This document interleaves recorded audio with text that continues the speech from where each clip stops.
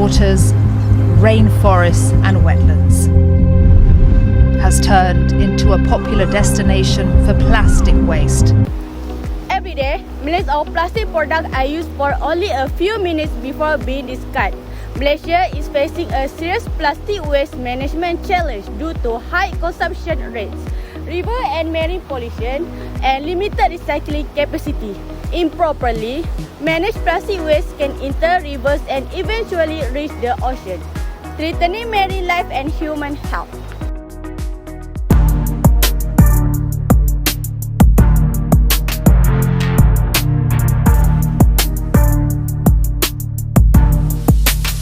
And the best way of preventing food from spoiling and avoiding unnecessary waste is still plastic packaging. It's also important to note where the vast majority of the world's plastic pollution is coming from right now. 90% of all plastic waste entering the ocean through rivers comes from just 10 rivers in Asia and Africa. The Yangtze in China alone flushes 1.5 million tons of plastic into the ocean each year. Countries like China, India, Algeria or Indonesia industrialized at an impressive pace in the last few decades, transforming of billions of people. This development was so fast that the garbage disposal infrastructure couldn't keep up with collecting and recycling all the new waste this brought. If politicians in Europe and the US want to address this issue, investing in infrastructure in developing countries is just as important as fighting plastic pollution at home, with campaigns and redesigning products to minimize unnecessary plastic production. Most plastics are produced from fossil fuels such as petroleum. In a linear economy system, plastics are manufactured, used once and discarded. Although consumers separate waste for recycle, not a plastic material can be used successfully recycled due to contamination, improper sorting and limited recycling facilities. Why the companies continue producing large amount of single-use plastic when the environmental consequences are already well known? Is profit more important than public health and environmental sustainability?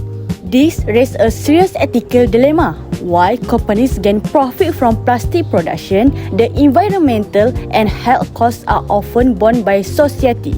From a professional activist perspective, corporations and engineers have a responsibility to protect public welfare, minimize environmental harm, and ensure sustainable development.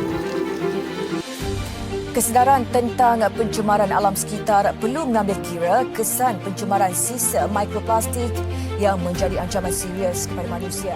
Isu mikroplastik antara fokus tim kesedaran dan krusial di Malaysia menjadi sampah plastik. Hampir setiap penjuru lingkungan keberadaan sampah plastik tidak bisa dihindari. Sisa sampah akibat kurangnya kesedaran. Breaking down into smaller and smaller pieces, ingested by species across the marine world, and sinking to the bottom of the sea. When industries continue practice that contribute to pollution despite knowing the risk, they fail to uphold their ethical duty to society and future generations. Why is Malaysia's reliance on single-use plastic now considered a major crisis? Malaysia's culture of convenience has created more plastic waste than the country can process because infrastructure cannot keep up. This plastic end up in landfills, clog waterways and break down into microplastic that can contaminate the local food supply, creating a long-term environmental and public health threat. But that's not all. This convenient way of consuming also contributes to the production of unimaginably huge and unnecessary amounts of harmful waste.